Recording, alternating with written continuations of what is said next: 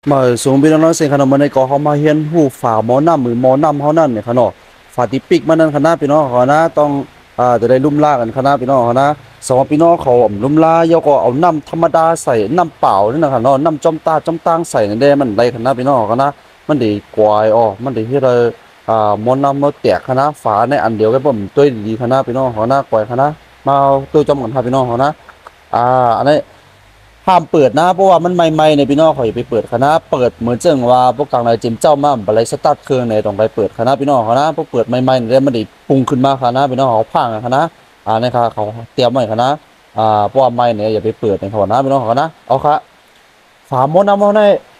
เขาเปิดขึ้นมายกเอาบดีมินย่ำออกเย่เป็นคณะกำไข่มาลัดในคณะมือเร็วได้เขามาเห็นหูฝามันก่อนขนาดฝาหม้อน้ำเขาได้ออกมาเนี่ยแต่มันมีคานคะแนน บ่มีคานเนี่ยได้พี่น้องเขาอย่าไปใจกันคณะมันไรคณะยกออกมากดด้วยว่า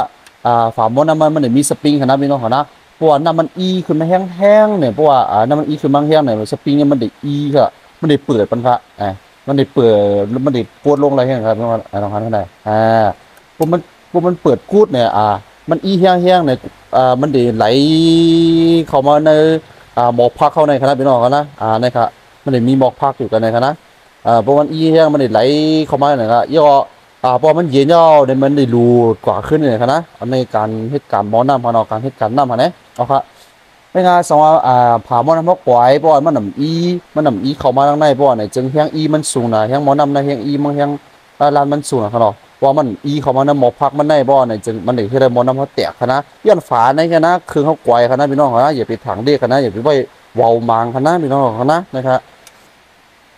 เขาดีเช็คด้วยว่า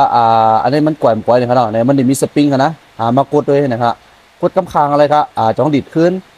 ฝั่งในจ้องดิดขึ้นกดทั้งสองข้างจ้องดิดขึ้นเพราะกดต้องมีสีอาร์ตเนี่ยแล้วก็ยางจะได้แต่มันกว่อยเนี่ยนะยางจะได้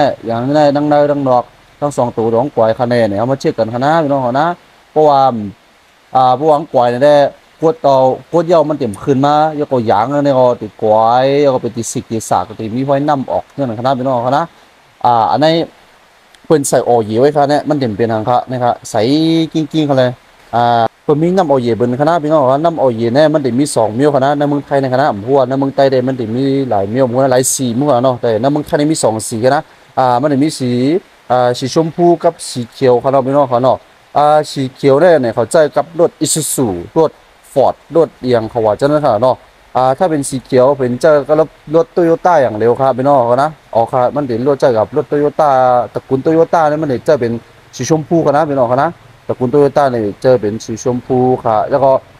อิซูซุครับเนี่ยเจอเป็นสีเขียวครับนะพี่น้องเขานะนั่นเป็นอิซูซุครับพี่น้องเขานะนำนี่นำเขียวกิ้งๆเนี่ยนะครับนั่นแหละน้ำอันในมันเดี๋ยวมีของเต้กับของปลอมครับนะพี่น้องเขานะข้างกันนะเพราะว่าของเต้เนี่ยแหละ มันได้ลีกันเนาะเพราะว่าของปลอมเนี่ยเพราะใส่ก่อย่อมันได้ครบหมดนำเอาคณะพี่น้องคณะมันได้ครบหมดนำเอาคณะย้อนนั้นครับอย่าไปลีลาซี่กันคณะคล้ายๆได้มีเป็นของเต้คณะพี่น้องคณะสาวพี่น้องเขาหลูเนี่ยก็รับมาเลยครับสั่งมาเลยครับมึงเต็มว่ามึงไทยนะคดีส่งบรรลัยเนี่ยคณะพี่น้องเขาเนาะ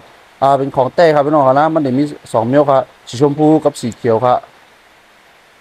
สองพี่น้องหลุดเนี่ยก็สั่งอะไรคณะพี่น้องคณะเป็นของเต้อย่างเดียวครับผมเจอของเต้พี่น้องอย่าไปใส่คณะมันเด็กที่เราเมื่อนำมากวยเขาพี่น้องเขานะราคา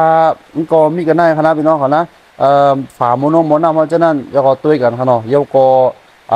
น้ำออยเขานั่นใส่เป็นของเต้คณะใส่เป็นของเต้ครับราคาสองพี่น้องเขามีลองหยับผืนลองลดลองก้านเนี่ยต้องตักถามเขาว่าอะไรคะเนาะเหมือนสงค่า